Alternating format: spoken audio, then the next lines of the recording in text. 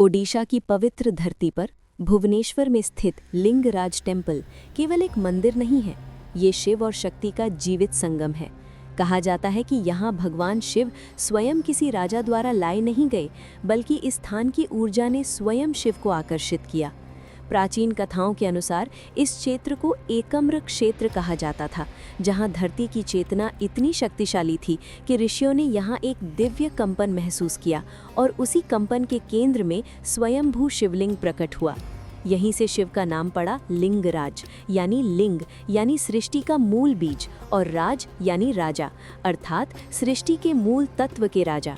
ये नाम किसी मूर्ति का नहीं, बल्कि एक दर्शन का प्रतीक है। यहाँ शिव केवल देवता नहीं है, वे सृष्टि के आधार हैं।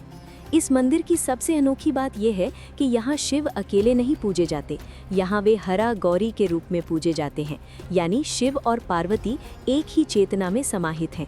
यहाँ पूजा केवल कर्मकांड नहीं है, बल्कि संतुलन की साधना है। सुबह जलाभिषेक, दिन में भोग, संध्या में दीप और रात में शयन सेवा, ठीक वैसे ही जैसे किसी जीवित सत्ता की सेवा की जाती है। लिंगराज मंदिर में लोग शिव से केवल प्रार्थना नहीं करते, वे संतुलन मांगते हैं, शक्ति मांगते हैं और जीवन की स्थिरता मांगते हैं। ये मंदिर भक्ति का स्थान नहीं, चेतना का केंद्र है। लोग कहते हैं कि अगर आपने लिंगराज में शिव को सच्चे मन से देखा, तो आपको ये समझ में आ जाता है कि शिव केवल कैलाश में नहीं रहते, वे वहाँ रहते हैं जहाँ ऊर्जा स्थिर होती है, चेतना शांत होती है और अहंकार मिट जाता है।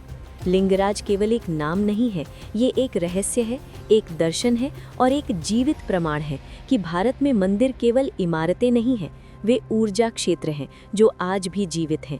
अगर आप ऐसी ही रहस्यमयी और दिव्य कहानियाँ आगे भी सुनना चाहते हैं, तो हमारे चैनल को सब्सक्राइब करें, वीडियो को लाइक करें और इस कहानी को शेयर करें, ताकि शिव और शक्ति की ये पवित्र कथाएं और भी लोगों तक पहुँच सकें।